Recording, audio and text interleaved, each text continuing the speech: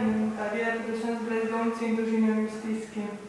Tudi letos smo za vas pripravili na koncepcijo koledar, letos z naslovom Počitek v naravi.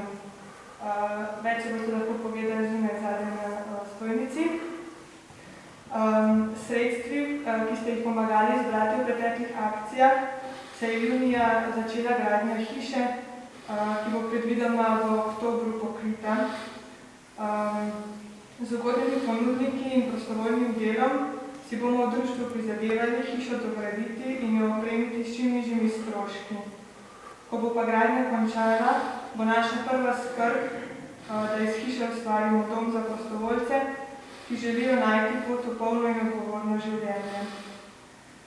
Torej, prispevek za koledar, prostovoljni prispevek znaša 10 evrov, zbrana sredstva pa bodo namenjena delu z mladimi.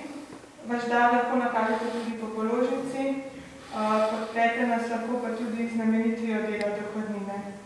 Za kaj več vprašanj bom pa na voljo tudi zunaj. Hvala. Za vse to pa še Gospoda prosimo, naj nas blagoslovi in utrdi v veselem upanju v dobi, ki je pred nami, šolsko leto ali praznik. Gospod z vami. Naj vas na preprošnjo Device Marije blagoslovi vsemogočni Bog, Oče in Sin in Sveti Duh. Amen. Pojdite v miru.